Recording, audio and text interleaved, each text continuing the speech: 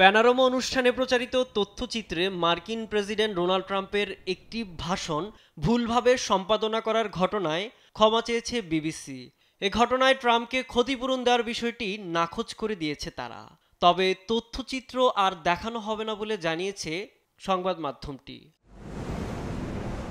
তথ্যচিত্র প্রচারের ঘটনায় বিবিসির বিরুদ্ধে $100 কোটি ক্ষতিপূরণ মামলা করার হুমকি দিয়েছিলেন। গেল সোমবার সংবাদ মাধ্যমটিকে এ সংক্রান্ত একটি চিঠি দেওয়া হয়। ট্রাম্পের আইনজীবী চিঠিতে শুক্রবার পর্যন্ত বিবিসিকে সময় বেঁধে দেয়।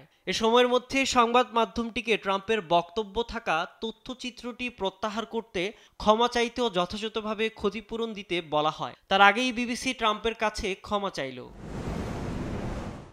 বিবিসির একজন মুখপাত্র বলেছেন, গেল রোববার পাওয়া একটি চিঠির পরিপ্রেক্ষিতে বিবিসির আইনজীবীরা প্রেসিডেন্ট ট্রাম্পের আইনজীবীদের কাছে চিঠিটি পাঠিয়েছেন।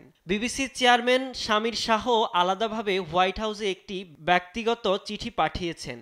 চিঠিতে 2021 সালের 6 জানুয়ারি প্রেসিডেন্টের ভাষণের যে সম্পাদিত অংশটি তথ্যচিত্রে দেখানো হয়েছিল, তার জন্য প্রেসিডেন্ট ট্রাম্পের কাছে দুঃখ প্রকাশ করেন তিনি ও তার প্রতিষ্ঠান। এতে বলা হয়, প্রামাণ্যচিত্রটি আর প্রচার করার কোনো পরিকল্পনা বিবিসির নেই। ভিডিও ক্লিপটি যেভাবে সম্পাদিত হয়েছে তার জন্য বিবিসি আন্তরিকভাবে দুঃখ প্রকাশ করেছে বলে জানায় মুখপাত্র।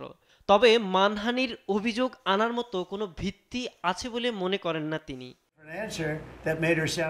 গেল বৃহস্পতিবার প্রকাশিত সংশোধনীয় ব্যাখ্যা অংশে বিবিসি জানায়, ট্রাম্পের বক্তব্য সম্পাদনা নিয়ে সমালোচনার পর প্যানোরামা অনুষ্ঠানটি পুনরায় পর্যালোচনা করা হয়েছে। বিবৃতিতে বলা হয়েছে, পর্যালোচনার সময় দেখা গেছে ট্রাম্পের ভাষণের আলাদা আলাদা অংশ তথ্যচিত্রে জোড়া দেওয়া হয়েছে। সাইদুজ্জামান, নিউজ ডেস্ক, দেশ টিভি।